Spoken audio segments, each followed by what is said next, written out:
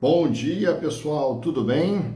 Vamos lá, vamos começar aqui mais um Café com Letícia. Terminamos os enunciados do Conselho da Justiça Federal na última quarta-feira e hoje começaremos algumas lives a respeito das alterações introduzidas pela Lei 14.382 na parte relativa ao registro imobiliário. Então nós vamos falar sobre algumas alterações na Lei 6.015, vamos falar sobre algumas alterações na Lei de Incorporação Imobiliária, vamos falar sobre algumas incorporações na Lei de Loteamentos, né, na Lei de Parcelamento do Solo Urbano, na Lei 6766. E também podemos falar, né, a respeito das alterações na parte de registro de títulos e documentos. A parte de registro civil das pessoas naturais eu vou deixar para a Letícia, porque ela certamente vai poder falar com vocês de forma muito mais aprofundada, muito melhor do que eu poderia falar aqui com vocês, tá? Maravilha, pessoal. Sobre os enunciados, teve alguma dúvida? Teve algum enunciado que, podia ter falado desse enunciado, tal, não falou, vai que passou aí, né? A gente fica nessa loucura, aí a gente nunca sabe, às vezes passa alguma ali, e às vezes um que a gente acha que não tem tanta correlação com o registro de imóveis, pode ser que tenha. Então fala pra gente aqui, eu vou acompanhando o chat aqui no computador, por isso que de vez em quando eu olho pro lado aqui, e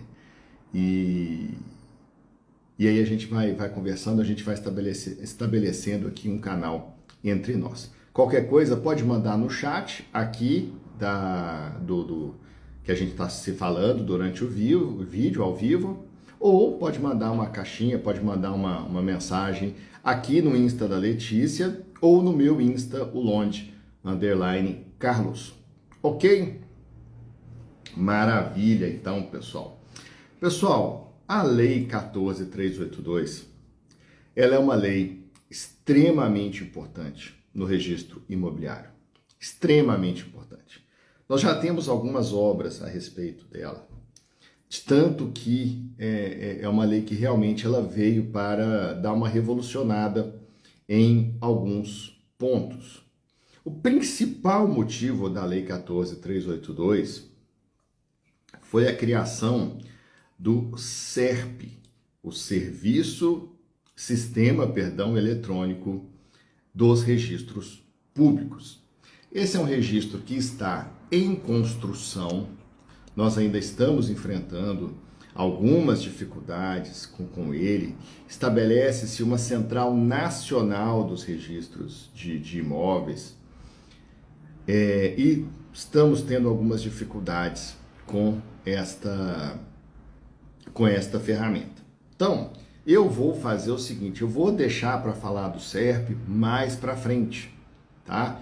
Então, por exemplo, lá no cartório, hoje eu estou aqui em Belo Horizonte, lá no cartório, a gente está mandando as informações para o SERP desde o dia 2 de abril, aproximadamente, só que está tendo problema de comunicação direto, meu TI está tentando resolver com eles, a gente não consegue. Então, as centrais estaduais, algumas centrais estaduais, continuam ainda sendo utilizadas, como é o caso da CRIMG, da Central do Registro de Imóveis do Estado de Minas Gerais, que é uma central excelente, tá? Ela foi desenvolvida pelo Core Minas e atende de forma exemplar, tem tudo que o SERP exige e outros módulos. Então hoje ainda está lá. Por isso eu vou deixar para falar dessa questão do SERP num momento oportuno, num momento futuro, tá? E hoje é um dia até interessante para fazer esse comentário, né? Porque hoje vai ser publicado um provimento do CNJ, eles vão ser publicados 2 provimentos, mais um trata exatamente da forma como vai ser feita, por exemplo, como vai ser feito o Cadastro Nacional de Matrículas. Então, da mesma forma que hoje, quando você pega lá uma certidão de nascimento, de casamento, de óbito, aparece lá um número de uma matrícula e não tem nada a ver com a matrícula imobiliária, tá? Também vamos ter isso para o registro de imóveis. A matrícula que está lá no meu cartório, ela vai ter um número de matrícula nacional. E esse número de matrícula nacional vai poder ser utilizado para tudo, basicamente para identificação. Então, ao invés de falar a matrícula 10.000 do cartório de registro de imóveis de senador Firmino, por exemplo, você vai ter lá um número, esse número vai ter o CNS do cartório lá de senador Firmino, 05403, dígito 1, e com esse número e outros campos, obviamente, você vai conseguir identificar perfeitamente todas as matrículas em âmbito nacional, tá? Então isso vai ser publicado hoje pelo CNJ, a gente já recebeu em alguns grupos ontem, tá? Então, repito, vamos deixar para falar do SERP posteriormente. O SERP, se nós formos olhar, ele vai pegar dos artigos 3º, eu estou vendo a lei aqui do lado, né? 3º até o artigo 9º vai falar do SERP. O artigo 10 vai falar de alterações na Lei 4591, a lei que fala de instituição de condomínio e incorporação imobiliária.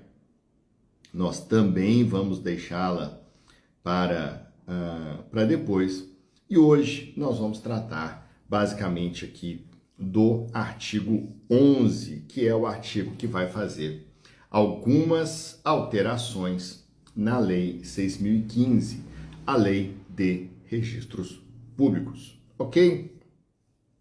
Então, sem mais delongas aqui da nossa parte, eu fui fazendo algumas anotações aqui. Foi alterada a redação do artigo 1º, parágrafo 3º, aqui basicamente para prever a necessidade de publicização do acervo do cartório por meios eletrônicos. Essa é uma tendência, já vinha sendo utilizada há bastante tempo, tá? Então, aqui em Minas, desde que eu me tornei registrador de imóveis em março de 2019, nós já temos essa publicização via Central de Registro de Imóveis de Minas Gerais. Esse provimento veio para trazer isso em âmbito nacional. Muitas pessoas falaram, agora os cartórios vão ser obrigados a ter meios eletrônicos. Isso é uma mentira, com todo o respeito, tá? Isso não é verdade, porque nós já tínhamos esses meios. O que o SERP está fazendo é apenas unificar isso, o ponto de acesso a essas centrais eletrônicas. Então, não há aí essa revolução que alguns falaram, com a Lei 14.382 os cartórios vão ter que disponibilizar de forma eletrônica. Mentira, já tínhamos que disponibilizar. E tá certíssimo, gente, pelo amor de Deus, né? Nós já estamos em 2023, não há sentido em não disponibilizarmos os nossos acervos por meios eletrônicos. Sem dúvida, a pandemia ajudou muito aí, mas mesmo antes da pandemia, nós já tínhamos essas ferramentas. Inclusive, a CRI Minas, ela possui mais ferramentas do que o ONR exige, o Operador Nacional do Registro exige. Então, isso precisa ficar muito claro, né? Porque infelizmente a gente enfrenta alguns comentários maldosos aí de alguns setores da sociedade que querem tomar algumas das nossas atividades e que cobram muito mais caro por aquilo aproximadamente comparável com aquilo que a gente faz. E ficam fazendo comentários maldosos, tá? Não podemos cair neles, não. Maravilha. Então, artigo 1º, parágrafo 3º, que se aplica a todas as especialidades registrais, ele vai falar que os registros serão escriturados, publicizados e conservados em meio eletrônico, nos termos estabelecidos pela Corregedoria Nacional, do Conselho Nacional, em especial padrões tecnológicos de escrituração, indexação, publicidade, segurança, redundância e conservação, e prazos de implantação nos registros públicos. Olha, aqui lá no cartório, que é um cartório de pequeno para médio, eu fiz um investimento próximo de R$50 mil em equipamentos de informática para poder atender essa questão aqui dos padrões tecnológicos. Tá? Isso antes da Lei 14.382, inclusive. Quando saiu a lei, eu já estava bem tranquilo. E até por conta do provimento 74 do CNJ, que é um provimento que exige padrões tecnológicos dos cartórios. Acho esse provimento injusto com os cartórios pequenos e médios, porque esse gasto ele é realmente muito elevado. Para o meu nível de serventia, posso falar aqui tranquilamente, é um gasto bastante elevado. E muitas vezes a gente não tem, do outro lado, até mesmo do próprio ANR, essa segurança. Então eu demorei muito a me afiliar, a enviar as informações para o ANR, porque nós aqui em Minas não temos, nós temos até um parecer da Corregedoria falando, olha, só se filiem quando o ANR estabelecer, te der a segurança de informação para que você faça isso. E isso demorou bastante, tá, para acontecer. Segundo eu tenho uma empresa contratada de tecnologia da informação, de segurança da informação, não entendo desse métier, então eu contrato pessoas que saibam mexer com essas questões. E só recentemente,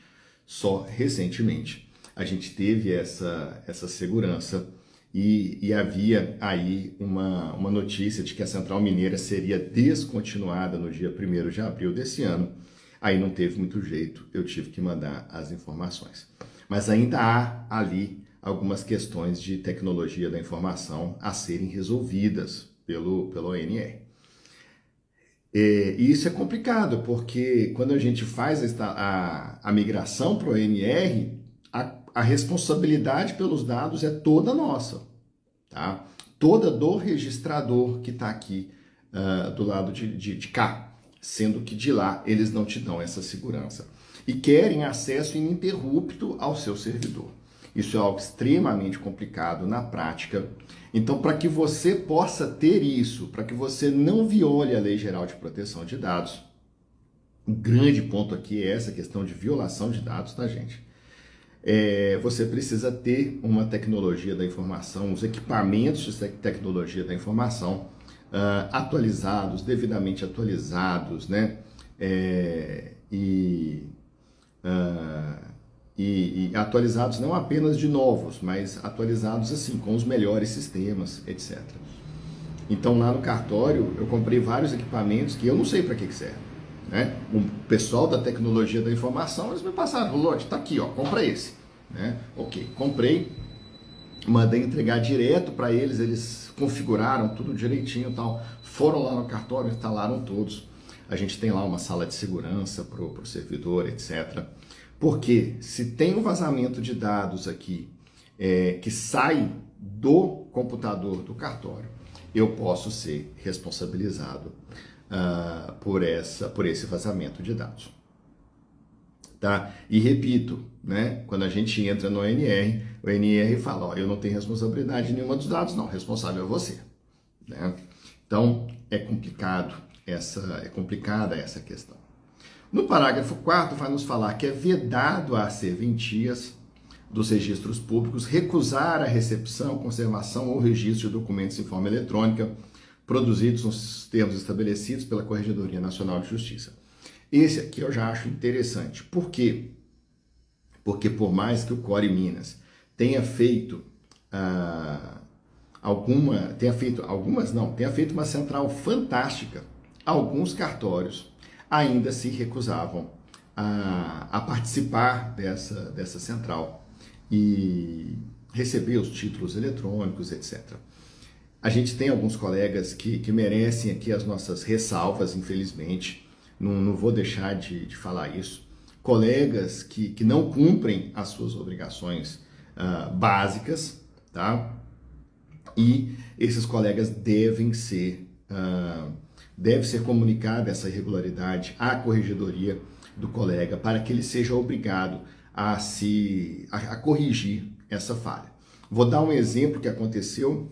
Uma pessoa lá de Senador Firmino me ligou um dia, isso foi quando tinha uma MP que alterava o parágrafo 17 do artigo 213 da Lei 6.015, que falava da desnecessidade de assinatura dos confrontantes quando você fosse fazer o georreferenciamento ali de uma matrícula.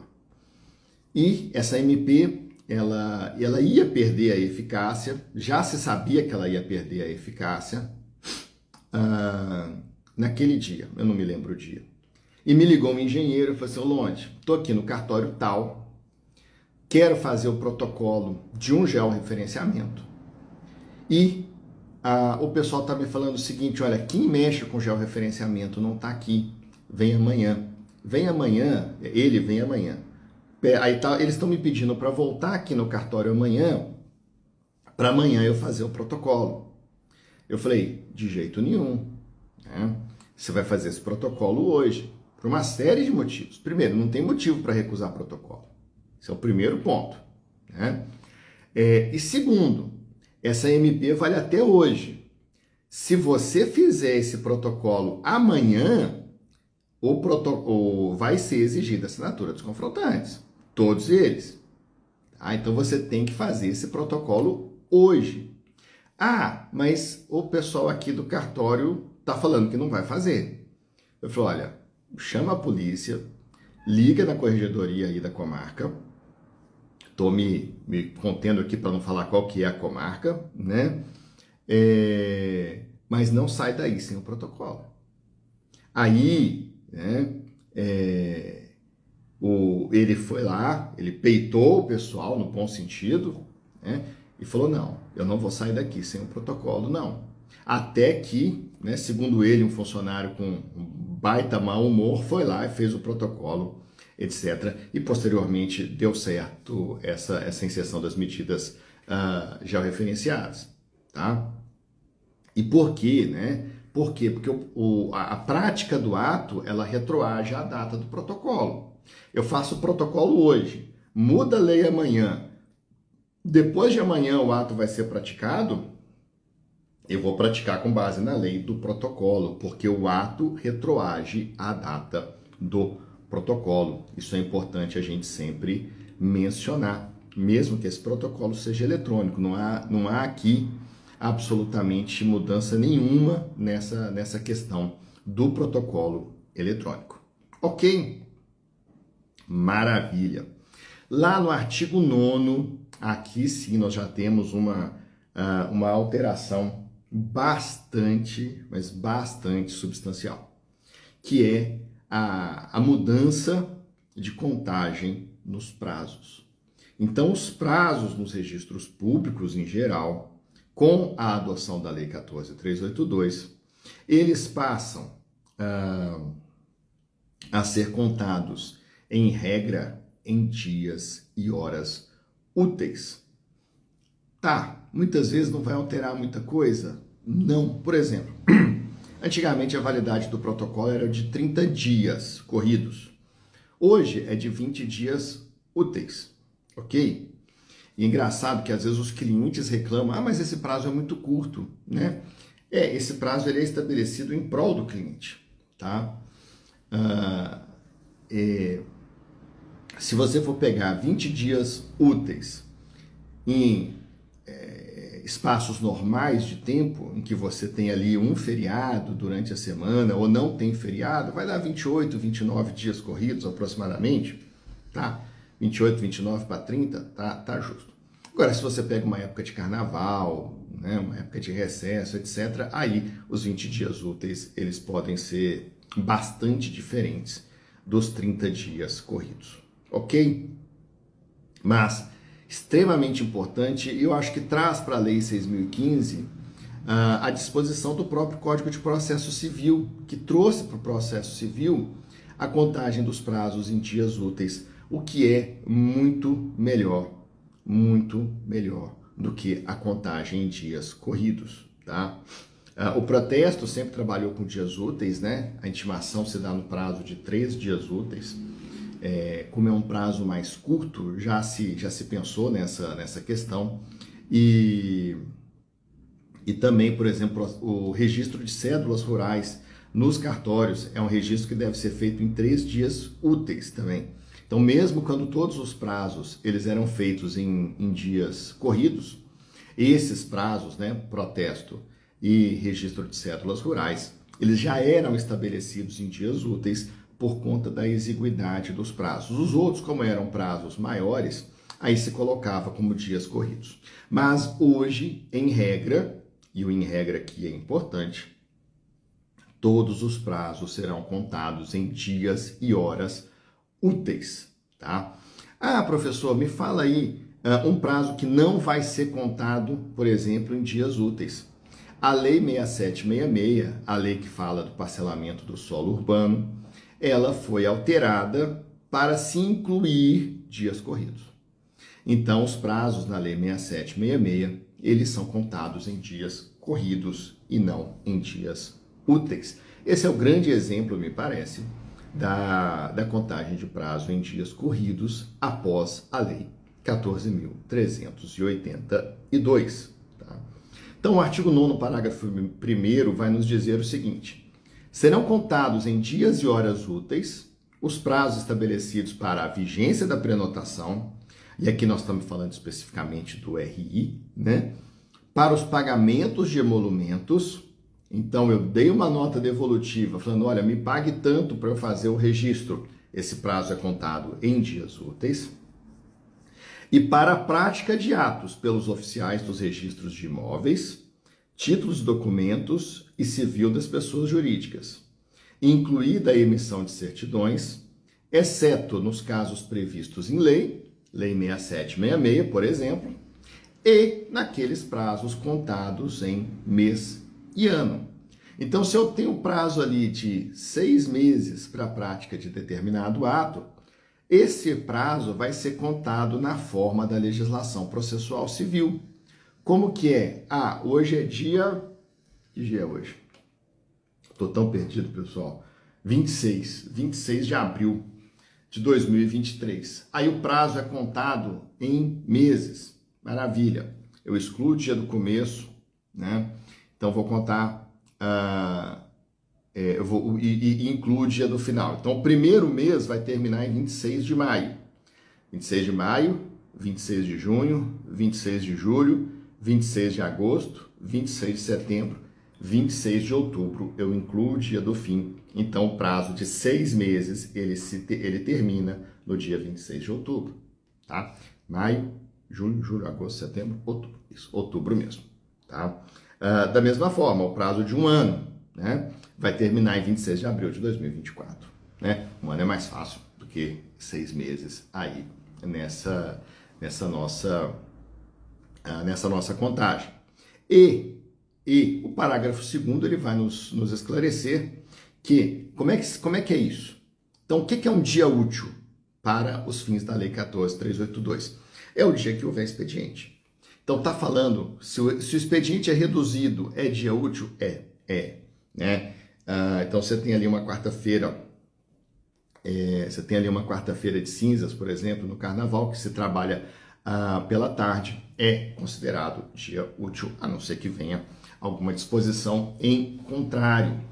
Hora útil são as horas regulamentares de expediente. Então, veja, eu tenho um prazo de 4 horas úteis para emissão de algumas certidões, tá? E lá no cartório a gente fecha de meio-dia a 1 para almoço. Então, se esse prazo se iniciou às 11 horas da manhã, eu vou contar de 11 a meio-dia a primeira hora, de meio-dia a 1 hora eu não conto, então de 1 às 2, de 2 às 3, de 3 às 4, o meu prazo termina às 4 horas da tarde, ok? Porque eu vou contar ali as horas regulamentares. Se esse pedido de certidão, que tem um prazo de 4 horas, por exemplo, não são todos, tá? Mas alguns têm esse prazo de 4 horas. Entrar no cartório às 4 horas da tarde, por exemplo, de 4 às 5, ok, 1 hora. Vai para o dia seguinte, no outro dia, de 9 às 10 é a segunda hora, de 10 às 11 é a terceira hora, de 11 ao meio-dia é a quarta hora.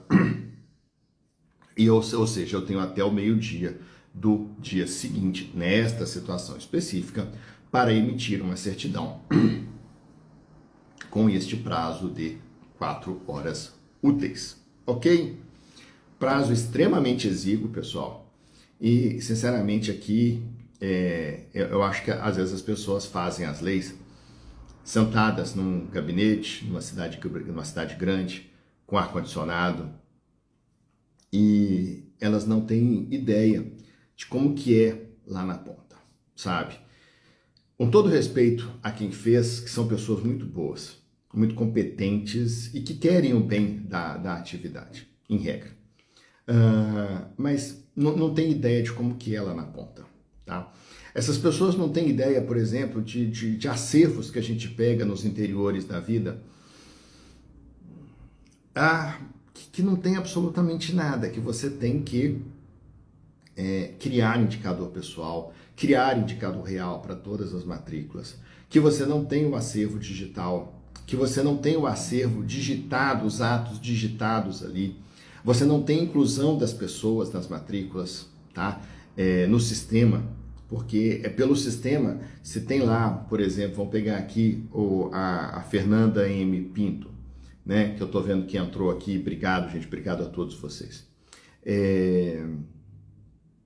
Imagina que ela lá é a atual proprietária dessa matrícula e tem uma indisponibilidade contra ela, né? Se o nome dela não está cadastrado no sistema, o sistema não vai verificar essa indisponibilidade. Eu preciso colocar o nome dela, o CPF dela lá no sistema, o sistema vai consultar a CENIB e vai me falar, olha, não tem nenhuma indisponibilidade contra essa pessoa. Ou, olha aqui, tem uma indisponibilidade contra essa pessoa. Então lá no cartório, até para facilitar, até para ser mais rápido, eu dava, do verbo não dou mais, certidão só com a cópia da matrícula, tá? Sem cadastrar nada no meu sistema. Até um dia que veio uma escritura pública em que o vendedor estava com uma indisponibilidade. E aí eu tenho que recusar, né? Você pode lavrar a escritura pública, mas eu não posso registrar. A partir desse dia, eu coloquei o seguinte, olha, nós só vamos emitir a certidão depois que todas as partes daquela matrícula estiverem devidamente cadastradas no sistema. Porque hoje, se houver uma parte ali na matrícula com indisponibilidade, essa informação já sai na matrícula. Ou seja, eu não vou ter mais esse problema. Só que o que isso gera, né? Ele gera um trabalho do cartório, que é pegar uma matrícula, e às vezes a matrícula é pequena, tem ali 1, 10, 20 atos, ou eu tenho matrícula com mais de 300 atos lá no cartório. Então, como que eu vou fazer essa inclusão da matrícula no sistema, dos dados da matrícula no sistema, em 4 horas? Gente, para um cartório pequeno, para médio, como é o meu, isso é simplesmente impossível, tá?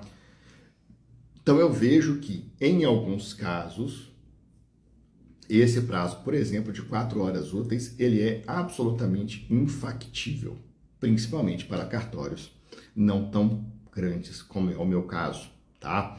Então tenham dó do seu registrador, principalmente aí nas cidades pequenas, porque não é fácil. Eu tenho 4 anos que eu estou tentando ajustar o acervo lá do cartório e a gente vai trabalhando aquelas matrículas que vão sendo transacionadas, a gente já faz todo o trabalho nelas, mas eu não tenho como, realmente é impossível para mim, é absolutamente inviável, de qualquer ponto de vista que você puder pensar, eu fazer essa regularização de todas as matrículas. essa regularização ela vai sendo feita de forma paulatina, tá? Então, esse prazo de 4 horas úteis, que nós vamos falar daqui a pouco também, ele é extremamente complicado, para dizer o mínimo. E o parágrafo 3º desse artigo 9º, ele vai falar que a contagem dos prazos obedece os critérios estabelecidos na legislação processual civil, que eu já comentei com vocês.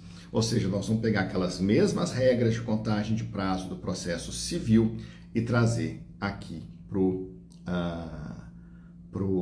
direito notarial e registral, aqui basicamente o direito registral, tá? O artigo 17, ele também foi alterado, e aqui nós temos algumas disposições bem interessantes, porque ele vai falar que esse acesso eletrônico, como que isso vai ser feito? Vai ser feito de qualquer forma, né? Vai virar oba-oba? Não, de forma alguma. Então ele vai trazer que o acesso ou o envio dessas informações aos registros públicos, quando realizados por meio da internet, deverão ser assinados com o uso de assinatura eletrônica avançada ou qualificada nos termos lá da Lei 14.063 e nos termos estabelecidos pela Corregedoria Nacional de Justiça. Bom, a Lei 14.063, ela é a lei que trata sobre o uso de assinaturas eletrônicas em interações com entes públicos. E lá no artigo 4º desta lei, ela vai... E ontem eu não lembrava o número dessa lei. Ontem eu fui no atendimento aqui da Prefeitura em Belo Horizonte, na parte do Sebrae, e tinha uma moça do meu lado precisando do número dessa lei aqui, e eu não lembrei de cabeça. Eu sou péssimo com o número de leis, eu tenho sempre que colar aqui para tratar com vocês, tá? Essa lei lá no artigo 4º, ela vai estabelecer quais são as espécies de assinatura eletrônica que existem, tá? Então, nós temos basicamente 3 espécies de assinatura eletrônica. Nós temos a assinatura eletrônica simples, é a mais simples de todas, perdoe-me dizer o óbvio, né? E que permite identificar o usuário anexando ou associando dados a essa pessoa. Essa é a mais simples de todas, a menos segura de todas. Na sequência, nós temos a assinatura eletrônica avançada, que é aquela que utiliza certificados não emitidos pela ICP Brasil ou outro meio de comprovação da autoria e de integridade dos documentos de forma eletrônica, desde que admitido pelas partes. Então, é necessário que essa assinatura esteja associada ao signatário de forma unívoca, ou seja, você identificou exatamente aquela pessoa, só pode ser aquela pessoa. Utiliza dados para a criação da assinatura eletrônica, cujo signatário pode, com elevado nível de confiança, operar sobre o seu conteúdo exclusivo, controle exclusivo, e está relacionados aos dados a ela associados de tal modo que a alteração posterior ela é detectável, tá? Esse é um segundo nível das assinaturas digitais, mais seguro que as assinaturas digitais eletrônicas simples e menos seguro do que aquela assinatura eletrônica qualificada, que é a assinatura que utiliza um certificado digital, tá? Emitido, né, pela ICP Brasil, que hoje é a autoridade certificadora que nós temos aqui no Brasil. Aí vai depender das pessoas o que elas vão admitir. O Hotmail, por exemplo, Gmail, eles utilizam assinaturas eletrônicas simples, que é o que? Login e senha. Você identifica a pessoa, tá? De forma simples, né? Mas ali com login e senha você acessa o seu e-mail, o seu Hotmail, o seu Gmail, etc. O Facebook, o Insta, tantas outras plataformas que nós temos aí, que basicamente com e-mail e senha, com login e senha você pode acessar. Agora, para fins aqui dos registros públicos, vai ser necessária ou uma assinatura eletrônica avançada ou assinatura eletrônica qualificada. Então, se você tem o seu certificado digital da ICP Brasil, ótimo. Esse é o mais seguro de todos. Você vai poder utilizar todos os serviços. Se não, vai ser feita uma assinatura eletrônica avançada, que, por exemplo, é aquela feita no e-notariado. Lá no e-notariado, nós temos ferramentas que vão permitir a elaboração de uma assinatura eletrônica avançada para os usuários, que pode ser utilizado em todos os cartórios de notas do Brasil, tá? Então, é necessária essa assinatura eletrônica avançada ou qualificada. Gente, isso é extremamente importante. Por quê? Porque nós trabalhamos com dados sensíveis e nós precisamos ter controle desse acesso. Existe aí muita discussão sobre a aplicação, ou sobre a aplicação não, porque é óbvio que vai aplicar, mas sobre a abrangência da aplicação da Lei Geral de Proteção de Dados nos cartórios de registro e os tabelionatos. E aqui, né, essa questão de quem tem esse acesso, ela me parece uma questão extremamente importante para a gente evitar dissabores aí depois. Assinatura do Gov, a Márcia está perguntando, aqui ela é uma assinatura avançada, tá, Márcia? Então, ela vai poder ser utilizada sim. Já existem algumas hipóteses em que era necessário, já existiam algumas hipóteses em que era necessária a identificação do requerente. Então, veja, se você vai pegar uma certidão negativa de protesto, não precisa identificar quem pegou essa certidão negativa. E eu posso ir pedir a certidão negativa em nome de qualquer pessoa, tá? Agora, se eu vou pegar uma certidão positiva, é necessária a identificação do requerente. Então, vamos imaginar que eu vá pessoalmente até o cartório, e aí eu vou lá e falo o seguinte, olha, eu quero uma certidão de protesto aqui do arquiteto Manuel, tá? Que eu estou vendo aqui que entrou com a gente, obrigado.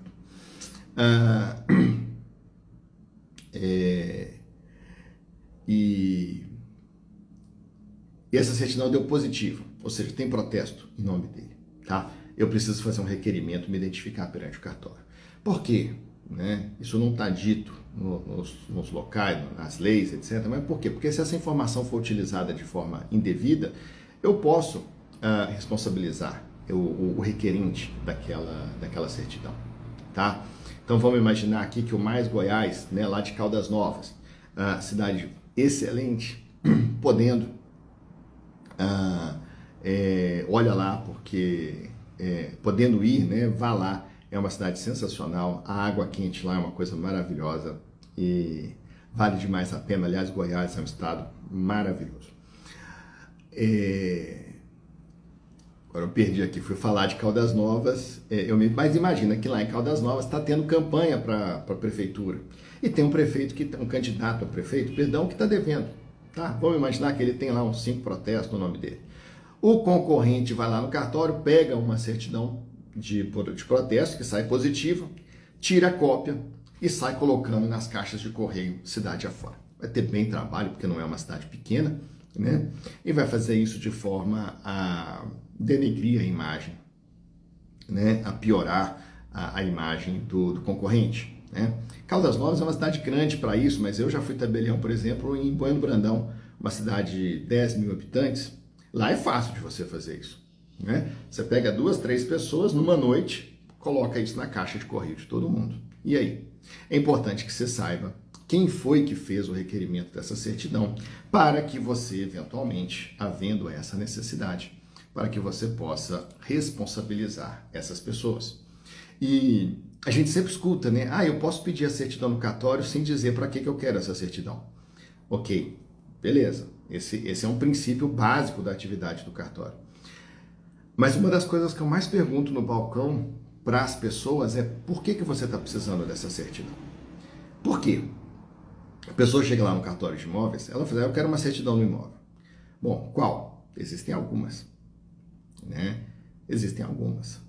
E aí eu pergunto, por que você precisa dessa certidão? Ah, eu preciso só porque eu preciso comprovar a propriedade para pedir a instalação de luz lá para a companhia de energia elétrica lá de Senador Firmino. Ok, é uma certidão de inteiro teor, é uma certidão mais simples, né? Ah, não, eu vou vender. Aí a gente tem uma certidão um pouco mais elaborada para fazer. E vamos tratar disso hoje ainda, essa questão das certidões, tá? Bom, o artigo 17, ele continua falando que a certidão de inteiro teor será extraída por meio reprográfico ou eletrônico, ok? Isso não muda muito. Já estamos no artigo 19. E vai falar que lá no Registro Civil, as certidões elas devem indicar a data em que foi lavrado o assento. Isso no Registro de Imóveis já é bastante comum, tá? As certidões eletrônicas extraídas dos registros públicos, elas não podem, vou falar diferente assim, ter qualquer tipo de mecanismo que impeça a sua impressão, ok? Justo. O certo vai permitir a utilização de qualquer o requerimento de informação em qualquer cartório no Brasil inteiro, ok? Lá no parágrafo 9 a gente já começa a ter algumas coisas mais interessantes. Ele traz para a gente aqui uma nova espécie de certidão, a certidão da situação jurídica atualizada do imóvel, que compreende as informações da sua descrição, número de contribuinte, proprietário, direitos, ônus, restrições judiciais e administrativas incidentes sobre o imóvel, respectivo titular, além das informações necessárias à comprovação da propriedade e à transmissão e à constituição de outros direitos reais. Essa certidão da situação jurídica atualizada, pelo menos aqui no estado de Minas Gerais, nós ainda não temos nas nossas normas um código para ela, então nós continuamos emitindo com base nos códigos que nós temos, e nós do Core Minas, chegamos à conclusão de que essa certidão, ela seria uma certidão de inteiro teor, mais 4 certidões de quesitos. E aí, com isso, essa certidão teria um valor aproximado aí de R$230, um valor bastante elevado, sendo que hoje, com a sistemática que nós utilizamos da certidão de inteiro teor, certidão de ônus e certidão de ações reais e pessoais repersecutórias, essa certidão ela fica no valor aproximado de R$140. Então, a gente mantém essa sistemática até que venha essa alteração. Tá?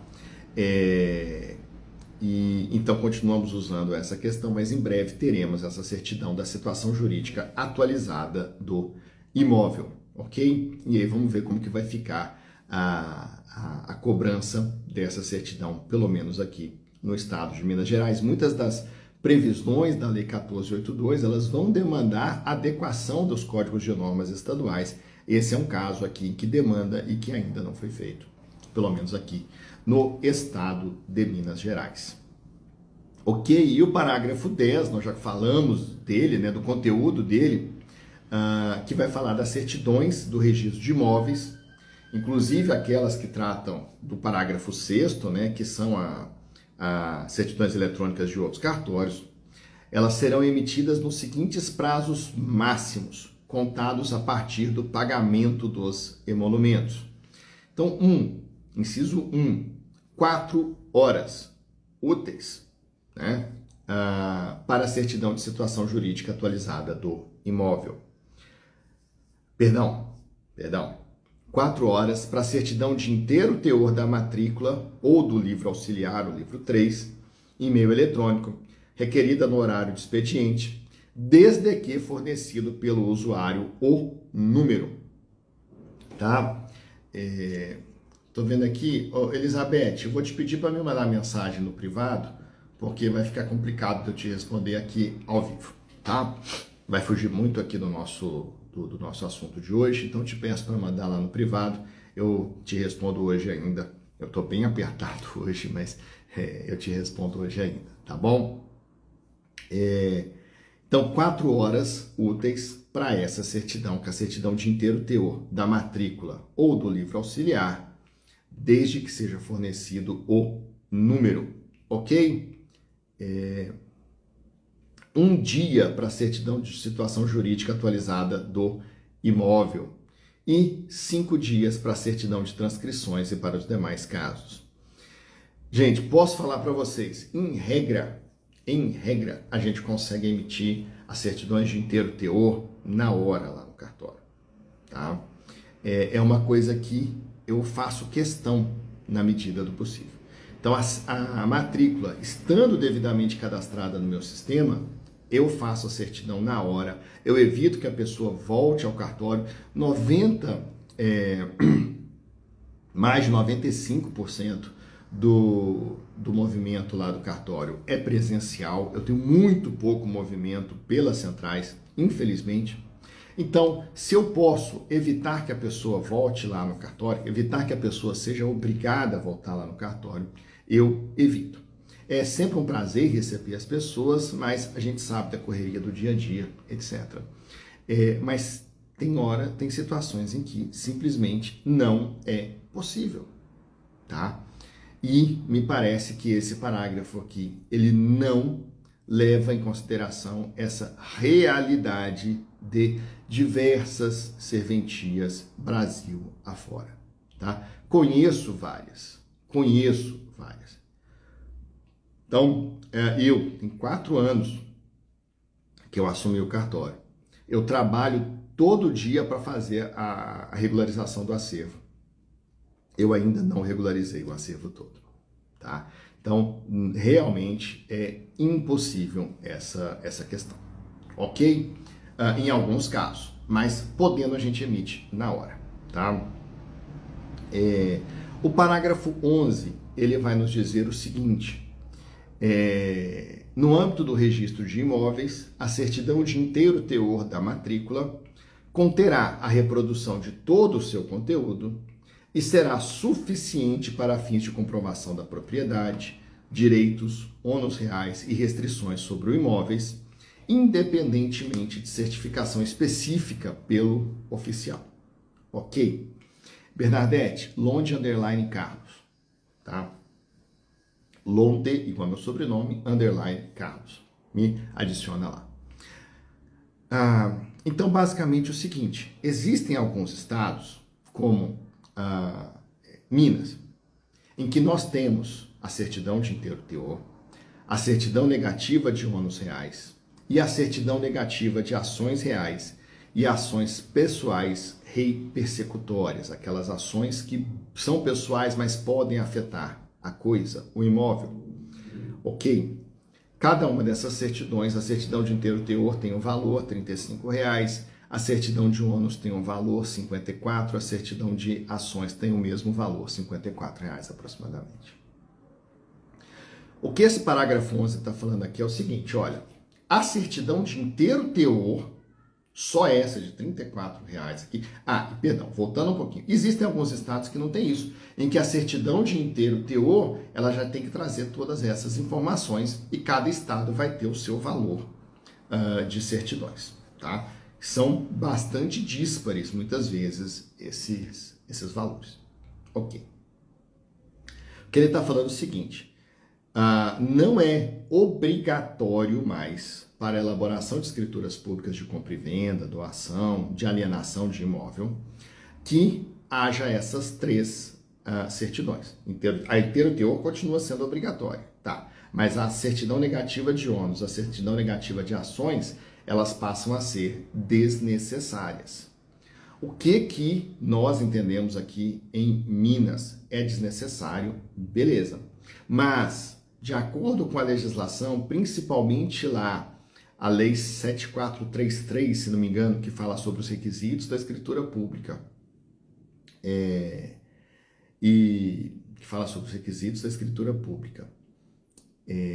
exige essa certificação. A nossa lógica é a seguinte: a gente pode até fazer só com base na certidão de inteiro teor. O tabelião de notas, ele pode lavrar a escritura só com base na certidão de inteiro teor da matrícula, mas ele deverá certificar na escritura, sob a sua responsabilidade, a ausência de ônus e a ausência de ações reais e pessoais persecutórias. Esse foi um entendimento que eu passei inicialmente para os tabeliães lá da comarca, foi um entendimento que depois até é adotado pela maioria dos colegas, me parece, aqui no estado de Minas Gerais, e me parece um entendimento bastante justo por uma questão de segurança jurídica, principalmente com o adquirente, porque essa é uma certificação que pode ser simples e que pode ser complicada. Tá? Então eu tenho matrículas em que para eu analisar se existe ônus é extremamente complicado pela quantidade de atos, pela má estruturação da matrícula, infelizmente, em muitos casos. Eu tenho ônus anotados dentro de um ato de registro, eu já tive essa situação lá em Senador. A oficial anterior fez a análise da matrícula e deu uma certidão negativa de ônus. Ok. E aí, quando veio para mim, eu fui fazer, foi necessário uma nova certidão, eles perderam o prazo de validade da certidão, e eu dei uma certidão positiva. E aí eles viraram para mim e falaram, poxa, mas eu tenho uma outra certidão aqui, desse mesmo cartório, em que a certidão era negativa, não tinha ônus. Como que agora tem, sendo que não tem nenhum ato novo na matrícula? Esse ônus estava no ato antigo.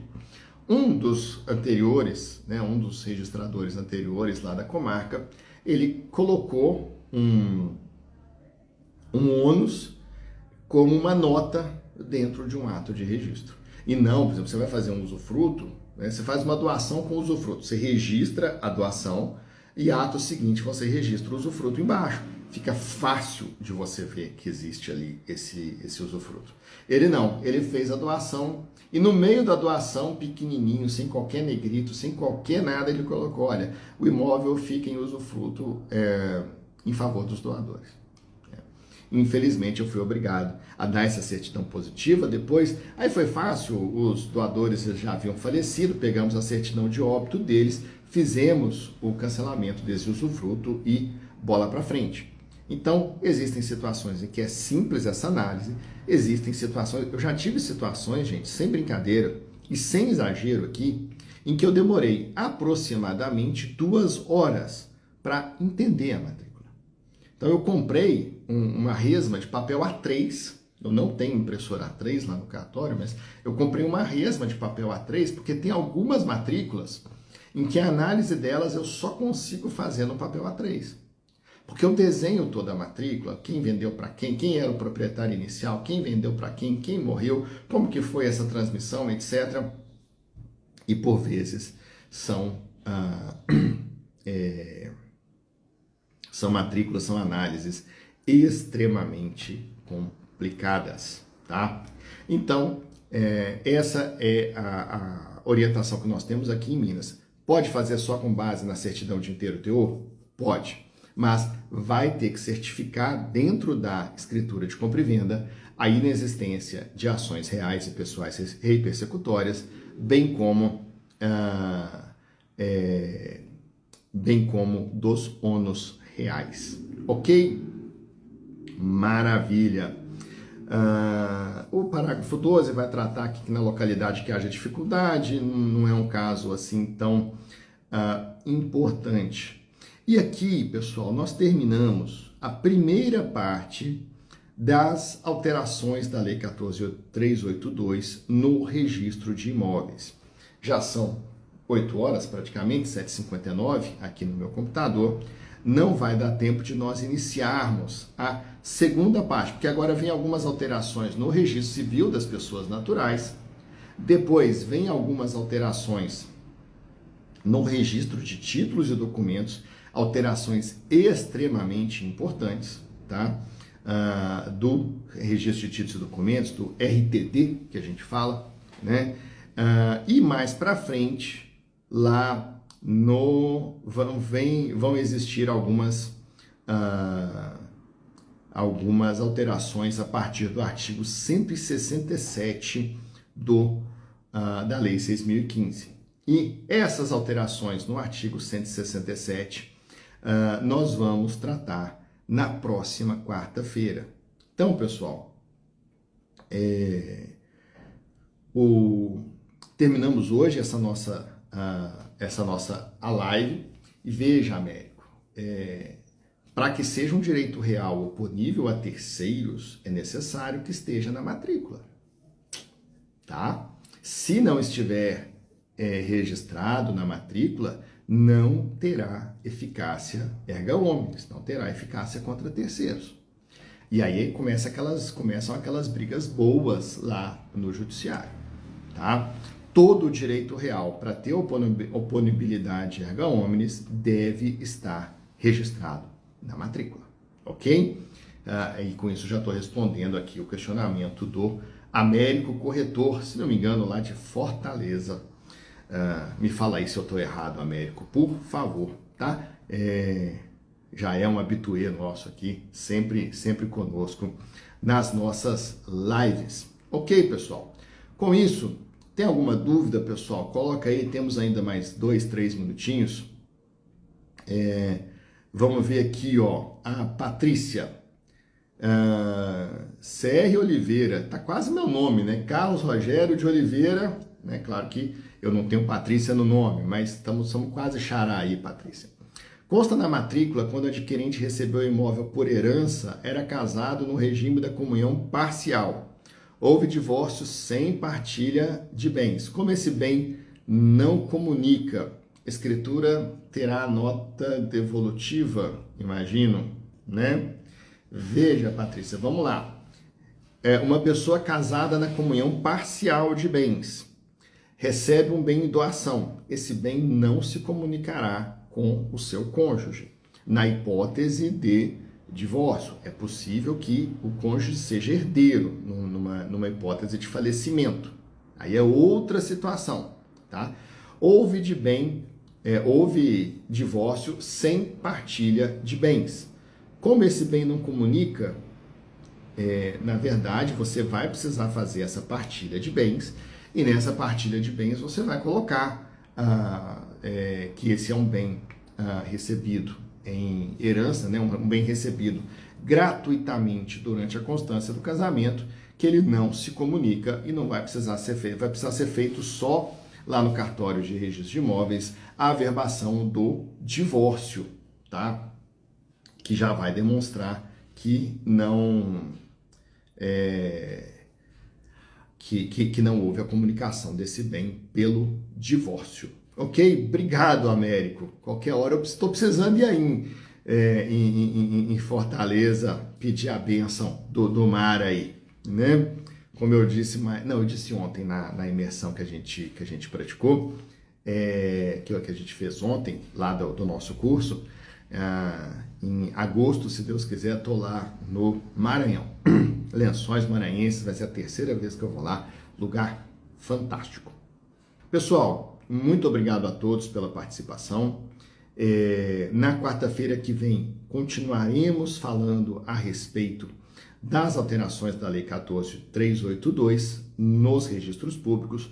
Começaremos a falar das alterações no artigo 167 da Lei 6.015.